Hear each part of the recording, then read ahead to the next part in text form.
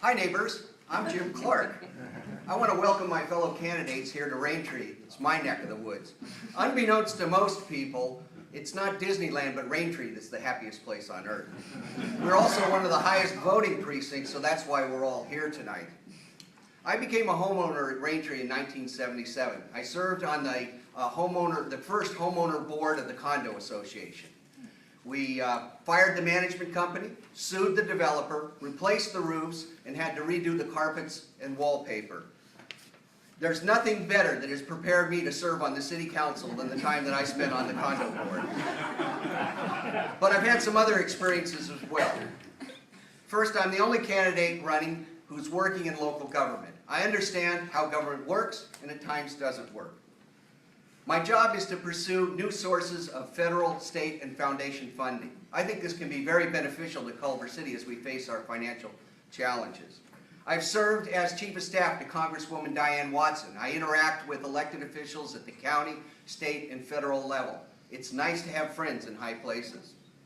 I also work at developing public-private partnerships where government, business, and nonprofits all work together to try to be able to address and provide essential services. It's one of those things where everybody puts a little something in and it all benefits the residents. Raintree has been very active and vocal on issues pertaining to West LA College construction and the PXP oil drilling because it impacts us. I want to replicate that same citizen involvement throughout this city by strengthening our neighborhood associations. They can play a vital role in exchanging information between the residents and the councils, and we need that input as council members when we're going to be making these tough decisions we're facing. I also want to promote more support for the residents and organizations in activities occurring in Culver City. This is a program I call Culver City Proud. Like you, I love Culver City, and won't it be great to have a neighbor as a council member?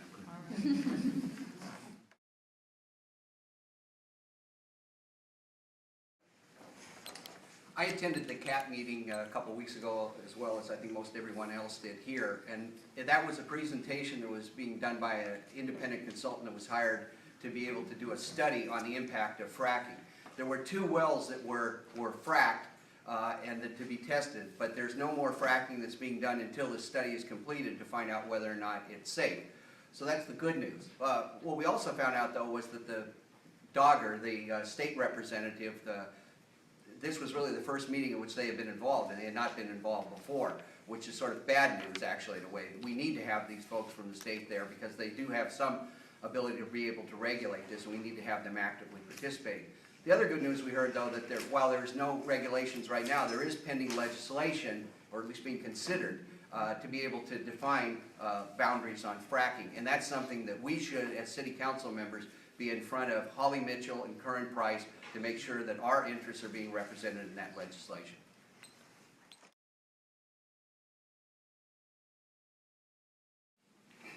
I think I would agree with Scott on the fact that redevelopment is gone, and it's going to be very difficult to be able to do the kinds of projects that we were going to do before. And I also agree with Stephen about the fact that you have to be very careful when you're doing this, that you don't over-gentrify to the fact where all you get is a bunch of chain stores that come in, and we lose our sort of local business flavor to it. I want to make sure that when we do development, that we're doing it with some sort of a vision in mind. Later, when we get the opportunity, I'll probably talk about something that I'm calling the creative making Culver City the center of creative media. But what I really want us to do is to think about when we have development, not just because a developer comes to us, but what is the particular vision that we're trying to create? What is the future that we want at Culver City, and how do we manifest that vision through the development projects that we do? And so I think that's important, and that involves all of you being a part of that process.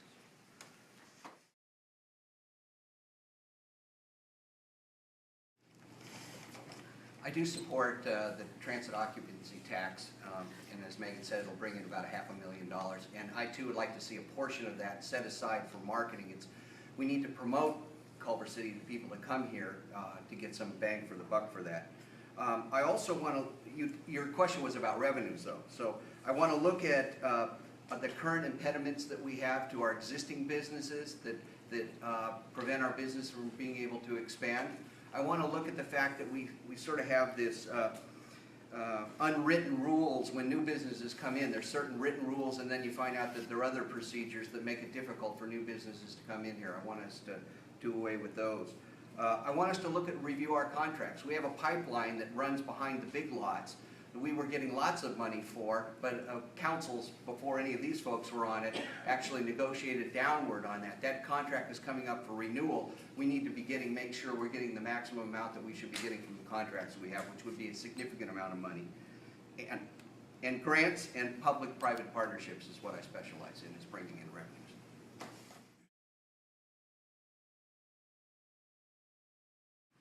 There is grant money available through Metro, MTA, call for projects for, particularly for bike paths. We should be promoting that, trying to go after as much of that money as we can. Also, like what Megan was saying too, if you go to Washington, D.C., outside of every one of the Metro stations there, they have a rent-a-bike kind of process so people can get off. You sign up with a credit card and you get a bike and you put a code in and you can ride around and do that. We need to do that. And again, talking to the Culver Hotel, one of the things that they would really like to see is pedicabs. The idea that you get off the Metro and you have a bicycle and like a rickshaw in the back, and it's kind of fun, and they'll take you, during the lunch hour or in the summer months, we can go around downtown, and that's a way to attract people to that. So we need to make it bike friendly in order to do that, but there are federal funds that we should be going after for that.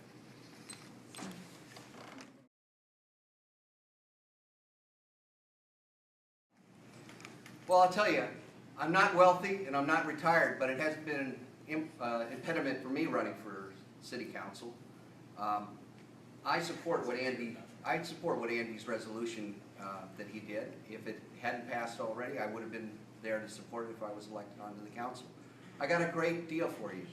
If you get to vote for me, I already get health insurance with the City of Los Angeles, and if I'm not working for the City of Los Angeles, I would get a retirement with the military and my health insurance. So if you vote for me, it doesn't cost you 1 penny in extra benefits. That's $1,300 a month I'm saving you, and for the rest of my life.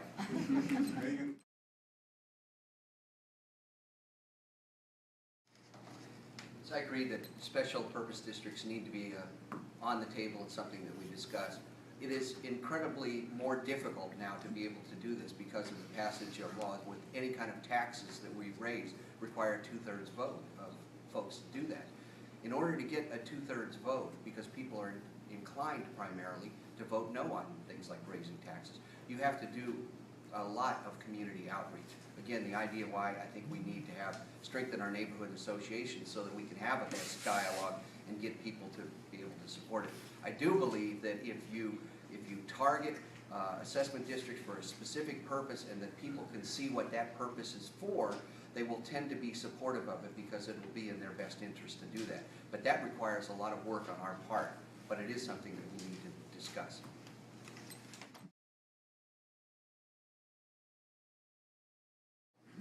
I feel this situation is sort of like the guy in the AMCO commercial that says you can pay me now or pay me later, because what's happening is if we don't deal with these situations now, not only we have the buckling of the sidewalks, but we're having these root systems go into the water lines and the sewer lines, and it ends up costing a lot of money. Sometimes it costs the homeowners money, oftentimes it costs the city a lot of money with respect to it. So we do need to deal with it, but the magnitude of this is such that we would not be able to do it with our current budget.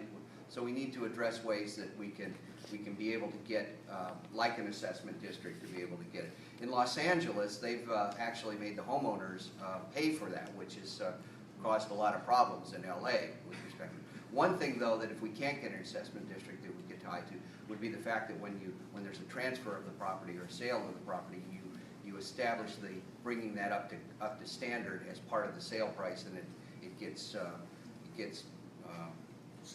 done through the mortgage and whatever the assessment that's done on it to pay for it.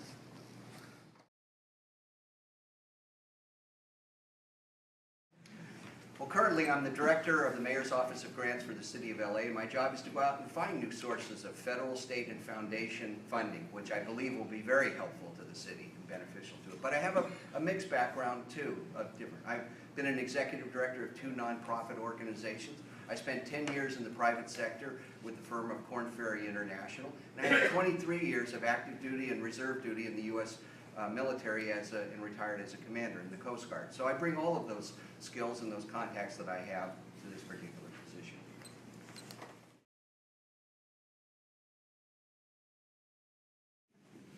Well, when Harry Culver founded Culver City, come on now. It's mine. We're going to the break. These guys have heard me. We're going to Bionic break to do this. Yeah, Bionic. When he founded it, he wanted to make this a friendly place for families to live, but he also needed to have businesses. So he attracted Thomas Ince to come down here and create a movie studio, because that was the high tech at the time, was the movie industry. Fast forward 100 years now, what is it we want Culver City to be? We've been heart of Screenland. I would like us to become the creative center for the new media for the 21st century. So I want to attract businesses here. I want us to have a plan, and I want to attract the kinds of creative industry businesses that come in that have high-paying jobs, non-polluting jobs, that have a lot of young people with disposable income who will go down and support our restaurants and our nightlife to be able to do that. That's what I want to do in terms of bringing business in, and I want to actively go after those. With respect to developments, I want to see mixed-use developments. I want to make sure that all of our developments have commercial, retail, which can include restaurants, and affordable housing.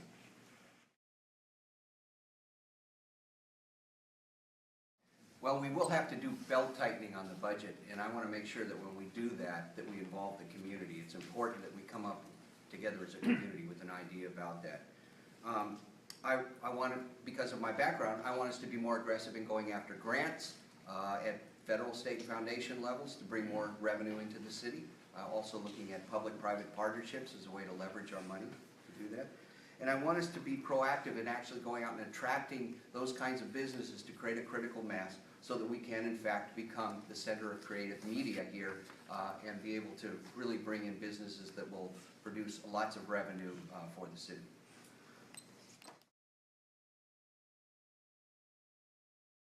When I moved into Raintree, the 1-bedroom condos were selling for $36,000. How times have changed. Culver City has gone from this little known, quiet, small town to this vibrant hotspot on the west side. And while our downtown developments have helped to pay for the essential services that we all appreciate and for maintaining our quality of life, it's really our residents who come first.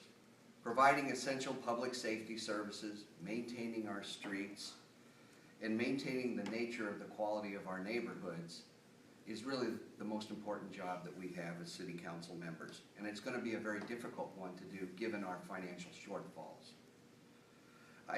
I say we on this because it really is going to be a team effort. The council members that you elect are going to tackle these tough issues, but they need to do it with your involvement and your input with respect to that. So I hope that we can count on you to be able to do that. My motto is listening to your concerns, responding to your needs. It's more than just a slogan. It's a commitment that I make to you as one of your neighbors. I'm able to get consensus. I'm the only candidate up here running that received both the Democratic Club endorsement, thank you, Bill, and the Chamber of Commerce endorsement. And I've got 10 former mayors who are both Democrats and Republicans supporting my campaign, and not one of them ever received both of those endorsements in the same election. I've also been endorsed by the Employees Association, the League of Women, the League of Conservation Voters, and the Sierra Club. Been endorsed by our supervisor, our state assemblywoman, our state senator, and our congresswoman. I think I have the kind of skills that can help bring this together and the kinds of qualities to go out and find additional money for the city. You get 4 votes in this election. I would hope that I would be your first choice. But if I'm not your first choice, I would hope that I would be one of your choices. Because, like you, I love Culver City.